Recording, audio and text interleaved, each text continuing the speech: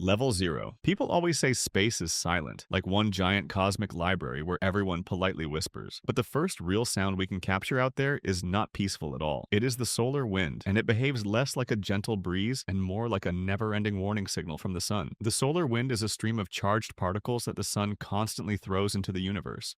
Imagine the sun tossing tiny bits of itself in every direction, 24 hours a day, forever. These particles rush through space at incredible speeds, faster than anything you could ever experience on Earth. The strange part is that you never hear them directly because there is no air for traditional sound waves. Instead, scientists convert the particle movement and magnetic fluctuations into audio. And once you hear it, the illusion of a quiet universe disappears instantly. It sounds like a ghostly breath sliding across an endless microphone, a restless hiss, a rising and falling static that feels almost alive. If you had to describe it, it is like the universe is holding a radio up to your ear and letting you listen to the sun mumbling to itself. It might sound funny at first. The biggest object in the entire solar system is basically whispering nonstop, like someone complaining about the thermostat in an empty room. But the truth behind that whisper is not comforting at all. This flow of particles can strip entire atmospheres from planets that are not protected. It can distort magnetic fields, damage satellites, interrupt communication systems, and even spark power failures on Earth. The same soft hiss you hear in the audio is tied to storms that can cause global problems. The solar wind never rests. It is always moving, always sweeping through the solar system, shaping everything in its path. And if this gentle-sounding force can carve entire planets into new forms, then you can only imagine what happens when we travel farther, because the next sound is not a whisper at all. It is the breath of another world. Level 1. If the solar wind is the universe's constant whisper, then Mars adds its own strange breath to the mix. And yes, it turns out the red planet breathes, kind of. In 2018, NASA's InSight lander touched down on Mars with a mission to study what was going on beneath the surface. But just a few weeks after arriving, it picked up something completely unexpected. A sound. A low, slow, haunting rumble that rolled across the Martian plains like distant thunder. It was the wind, real alien wind from another world. Now, before you imagine stormy gales whipping across the Martian desert, keep in mind this is Mars. The atmosphere is incredibly thin, about 1% of Earth's, so when wind moves across the surface, it sounds more like a low growl than a howling gust. But when NASA converted the data into audio we could hear, the result was surprisingly eerie. It felt less like a breeze and more like a giant planet quietly exhaling. The InSight team even joked that it was the first time humans had truly heard Mars, and there was something oddly intimate about it. Millions of miles away on a frozen, silent world, this tiny robot picked up a sound that felt alive, like the planet was trying to say something, or maybe just clearing its throat after a few billion years. But as peaceful as it might seem, that low rumble is still a reminder that this is not Earth. Mars may be beautiful, but it is brutal. Temperatures can drop lower than Antarctica. Dust storms can cover the entire planet, and the wind you are hearing is part of that wild alien system. Still, this is only level 1, just a quiet breath from a cold, rocky neighbor. Because if the winds of Mars gave us chills, wait until you hear what Jupiter is screaming into the void. Level 2? So far, we've heard the sun whisper and Mars exhale, but now we're turning up the volume, because once you reach Jupiter, space stops being quiet and starts screaming. Jupiter is the largest planet in the solar system, and it acts like it knows it. It is not just a gas giant, it is a magnetic giant. Its magnetosphere is the biggest in the entire solar system. If you could see it with your eyes, it would stretch across an area larger than the sun, and when it speaks, it does not whisper, it howls. NASA's spacecraft have recorded intense radio emissions coming from Jupiter for decades. These aren't gentle sounds. They are sharp, high-pitched bursts, weird clicking noises, deep groans, and sudden blasts that honestly sound like an old dial-up modem got possessed by an alien. Some scientists compare them to a never-ending cosmic thunderstorm. Others just call it terrifying. These radio waves are created by Jupiter's magnetic field interacting with charged particles, mostly from its volcanic moon Io. The result is a kind of electromagnetic chaos that wraps around the planet and flings out radiation strong enough to fry electronics and harm astronauts. If Earth's magnetosphere is a soft protective blanket, Jupiter's is more like an angry electric fence. And the wildest part is that these sounds are real. They are not added by some sound designer in a science documentary. They are data converted into audio using real frequencies. What you hear is what the planet is actually putting out into space. So we have gone from the hiss of the sun to the breath of Mars and now the furious roar of Jupiter. But we are not done, because just beyond Jupiter is a planet known for its icy beauty and calm rings. But listen closely near its poles, and Saturn starts to sing. And it is not the kind of song you expect. Level 3. By the time you reach Saturn, things start to feel more distant, more isolated. The sun is just a pale glow out here. Everything moves slower. But don't let that calm fool you. Saturn may look elegant with its perfect rings and pastel colors, but it hides one of the strangest sounds ever recorded in space. Unlike Jupiter's aggressive magnetosphere, Saturn's energy is quieter, more rhythmic. But that is exactly what makes it unsettling. When NASA's Cassini spacecraft flew through the space near Saturn's poles, it picked up electromagnetic waves created by the planet's auroras. Scientists converted those signals into audio, and what they got sounded less like random static and more like a song. Picture rising tones that shimmer and bend, almost like someone tuning a cosmic violin. The sounds are smooth but eerie, like a melody you might hear in a dream you don't want to remember. Some describe it as musical, others say it sounds haunted. Either way, it is not what you expect to hear when flying past a giant gas planet. These auroras are formed the same way as Earth's northern lights, with solar wind slamming into the magnetic field. But Saturn's version is far more powerful. The magnetic storms wrap around the planet and stretch deep into its rings. And while Earth's auroras are a peaceful light show, Saturn's come with a soundtrack. What makes it even stranger is that the frequency of the sounds actually changes over time. Cassini recorded shifts that scientists still cannot fully explain. Something deep inside Saturn seems to be affecting the rhythm. Maybe it is tied to the planet's rotation. Maybe it is something we have not discovered yet. So now the silence of space has become a song. But as we drift farther into the solar system, that song fades. Because the next voices we hear are not musical at all. They are cold, distant, and almost too quiet. But they are still there, waiting on the edge. Level 4. The farther you travel from the sun, the quieter space becomes. The warmth fades, the light dims, and eventually you reach two planets that seem to barely make a sound at all. Uranus and Neptune. Cold, distant, forgotten by most spacecraft and nearly invisible to the naked eye. But even here in this frozen part of the solar system, there are voices. You just have to listen closely. NASA's Voyager 2 was the only spacecraft to ever fly past both Uranus and Neptune. And during those brief encounters, it picked up something strange. Bursts of radio waves, static-like pulses, not loud, not violent, but persistent. These were not just background noise, these were signals coming from deep inside their magnetic fields. Uranus has a magnetic field that is tilted at a bizarre angle, spinning almost sideways. Neptune's is even more chaotic, shifting and lurching in ways scientists still do not fully understand. As Voyager passed through their magnetic boundaries, it caught the sound of these fields interacting with charged particles. When converted to audio, they came out as faint, icy hisses, like distant whispers crackling through a broken radio. There is something deeply unsettling about it. These planets are nearly 3 billion miles from the sun. Temperatures hover near absolute zero. Sunlight takes hours just to arrive. Yet through all that silence, they are still speaking, slowly, softly, and always from a distance. It feels like eavesdropping on ancient, lonely giants. Worlds that have been spinning in the dark for billions of years, sending out weak signals no one was supposed to hear. But Voyager did. And thanks to those brief moments, we now know that even the outer reaches of our solar system are alive with invisible motion. But Voyager did not stop there. It kept moving, past the planets, past the boundary of the sun's influence. And what it heard next was not the quiet breath of a cold planet. It was the sharp, piercing sound of something much stranger, something moving through interplanetary space. Level 5. When Voyager 1 left the orbit of Neptune, it did not go silent. In fact, it started to hear something completely new. Not the familiar hum of planetary magnetospheres or the faint static of radio bursts, but something sharper, stranger. It was the sound of space itself changing. Voyager had entered a region where the solar wind meets the edge of interstellar space. Here, the particles from our sun begin to thin out, and the influence of other stars begins to creep in. In this strange borderland, the spacecraft detected plasma waves. And when those waves were converted into audio, they sounded like high-pitched chirps, not smooth or soothing, but sudden and sharp, like a cosmic alarm bell that only the universe understands. These plasma waves are created when the charged particles in the solar wind interact with magnetic fields.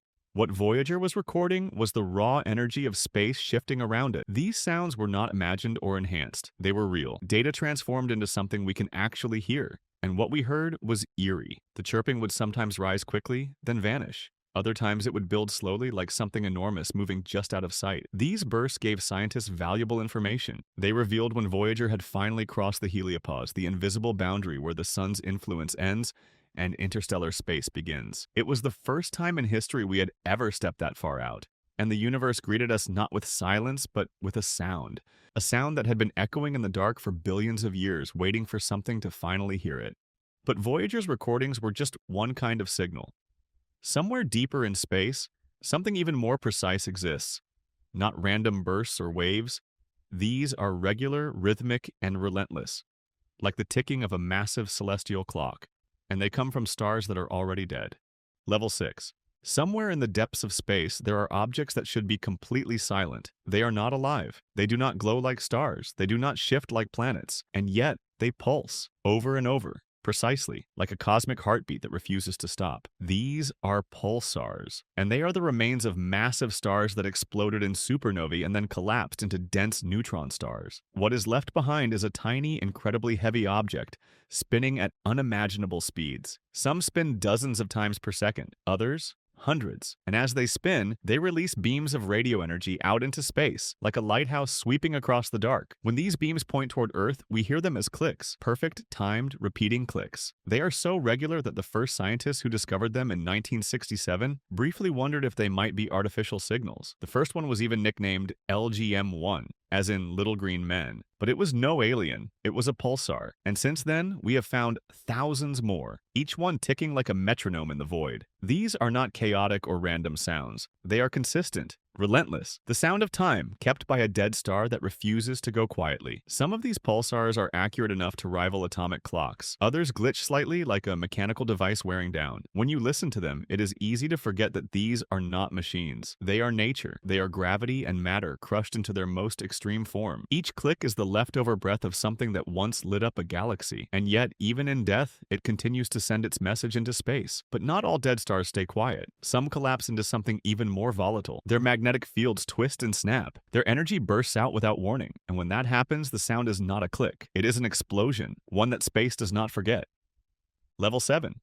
Imagine a star so extreme, so unstable, that even in death, it can still fracture space itself. This is not science fiction. These objects exist, and they are called magnetars. A magnetar is a type of neutron star, just like a pulsar, but with one key difference. Its magnetic field is the most powerful known in the entire universe. We are talking about a force so intense that if you placed a magnetar halfway to the moon, it could erase every credit card on Earth. That is not an exaggeration. That is physics. Now picture that magnetic field starting to crack. As a magnetar's magnetic structure becomes unstable, it can release sudden and violent bursts of energy. These are called soft gamma repeaters or magnetar bursts, and when they happen, they create radio pulses and X-rays that scream across space. One of the most famous events occurred in 2004 when a magnetar over 50,000 light-years away erupted with a blast so powerful it briefly affected Earth's ionosphere from halfway across the galaxy. When scientists converted those signals into sound, what they heard was no steady beat. It was more like a series of popping cracks and static jolts, like the universe flexing and then snapping back with violent force. Each burst only lasts a fraction of a second, but the energy released is beyond comprehension. These are not the orderly ticks of pulsars, these are cosmic outbursts. Sudden, brutal, unpredictable. And if a magnetar were just a little closer, the result would not just be an impressive light show. It could actually be dangerous. Magnetars are reminders that even in deep space, destruction can happen in an instant. Silent, sudden, and seen only after it is too late. But as violent as these bursts are, they come from stars that are still holding themselves together. What happens when matter gets pushed beyond its limits? When gravity wins completely and no light escapes? What happens when the sound comes from the edge of a black hole? Level 8. At the edge of a black hole, sound takes on a new meaning. Here, space is not just silent, it is stretched, warped, ripped into something unrecognizable. And yet, even in this place where not even light can escape, we have found a way to hear what happens. Black holes themselves do not make sound in the traditional sense, but the material swirling around them does. That swirling disk of gas, dust, and broken matter is called an accretion disk. It is the last stop for anything caught in the black hole's pull, and it is violent. As this matter spins faster and faster, it heats up to millions of degrees. It emits X-rays and intense radiation. In 2022, NASA took data from the Perseus galaxy cluster and converted the pressure waves rippling through the gas into sound. What we got was deep, low, a roar so bass-heavy it had to be scaled up millions of times just to be heard by human ears. It was not a roar like thunder. It was slower, heavier, like the groan of a dying star being dragged into something it cannot escape. You can almost feel it more than hear it. It is the sound of matter losing its fight with gravity, of time itself bending at the edge of oblivion. These sounds tell us more than just what a black hole is doing. They reveal the structure of space around it. They show how energy moves in extreme environments. They are clues to understanding the most mysterious objects in the universe. And the craziest part is that some black holes are not hiding quietly in distant corners of space. Some are the engines powering entire galaxies, shouting across the cosmos with signals we can still detect. Because as powerful as a black hole is, there is something even louder, even brighter, a cosmic object that drowns out everything around it. And it is not just a star, it is a beacon the size of a galaxy. Level 9.